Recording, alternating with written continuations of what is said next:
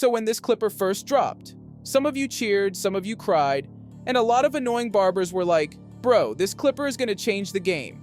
Now that this clipper is out months, what's going on with it? Is it just another clipper added to the list? Or is it blacklisted and so bad it won't ever be released again? If I just gave my opinion on it, that wouldn't be fair at all, would it? But what if I was to check for myself and look at what's going on with the TPOB 45 group? Would having inside knowledge be a fair way to make a judgment? Or what if we just had a peek at what barbers are asking about the clipper? Wouldn't that be as fair as possible? Buckle up and listen up. The real truth can educate us, but also humble us. Let's get into it. Oh, crying. I'm really just a dickhead. Don't act like you don't know me. This camp deserve a trophy. Baby, they know me straight. They're the most crying in history. Power potent, go show up. This camera clip, let's blow up. It's bossy, oh crying. Bossy, oh crying. Bossy, oh crying. Bossy, oh crying. Bossy, oh crying. Bossy, oh crying. Bossy, oh crying. We are at the Babyliss headquarters where we're going to show you guys the amazing work that was done to get this product from an idea, from a dream to reality. Wait, may I just say something? If you get an opportunity to do something, that doesn't mean you live happily ever after. You see basketball players get called to the NBA and get injured and it's game over for life.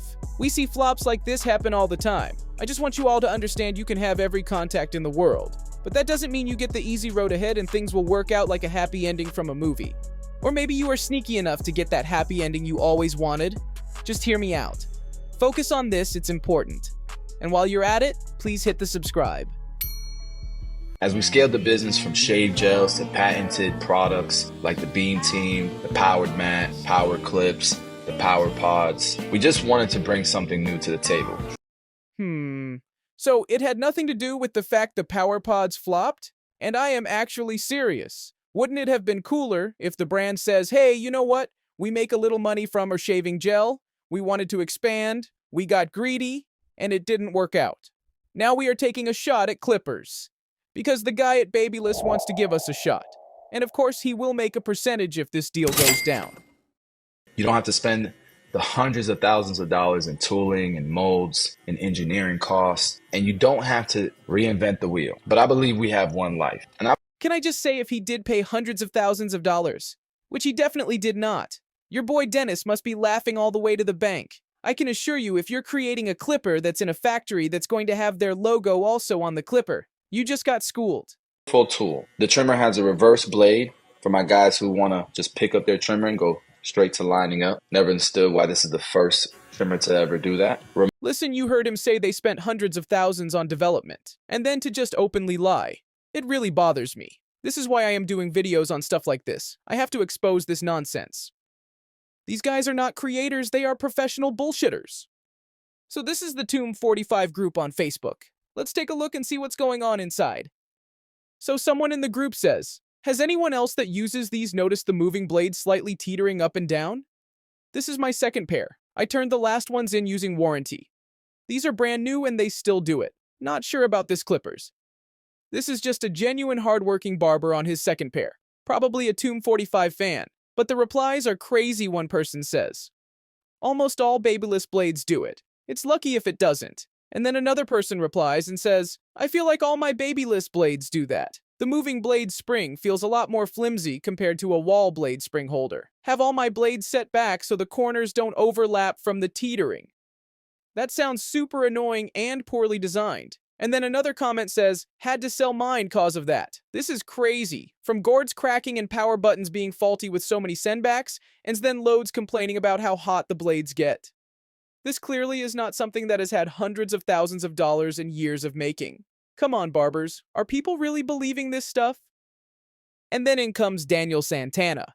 This is Chris's partner from TPOB 45, who knows absolutely nothing about clippers. Also, he was never a barber. And I feel his comment is extremely passive-aggressive and just someone who doesn't care at this point. He says, all tension spring blades oscillate. Wall does not oscillate because of a patented system, but it creates friction and limits RPM because of heat. Gap and cut with them. Feedback is great. This is not feedback, you fucking clown. These are complaints. Something you haven't dealt with or given a fuck about. I can't believe Dennis hasn't gotten fired trying to bring these clowns into Babyliss. I mean, the Babyliss brand has had a decent name. Now it looks weak and stupid, letting Dumb and Dumber in to create some bullshit clipper and make up lies about it. And did they really think nobody would notice what's going on? They must be really stupid or just crazy ignorant. Let me know your thoughts in the comments. I could literally pick these guys apart all day. Seriously, let me know your thoughts on this.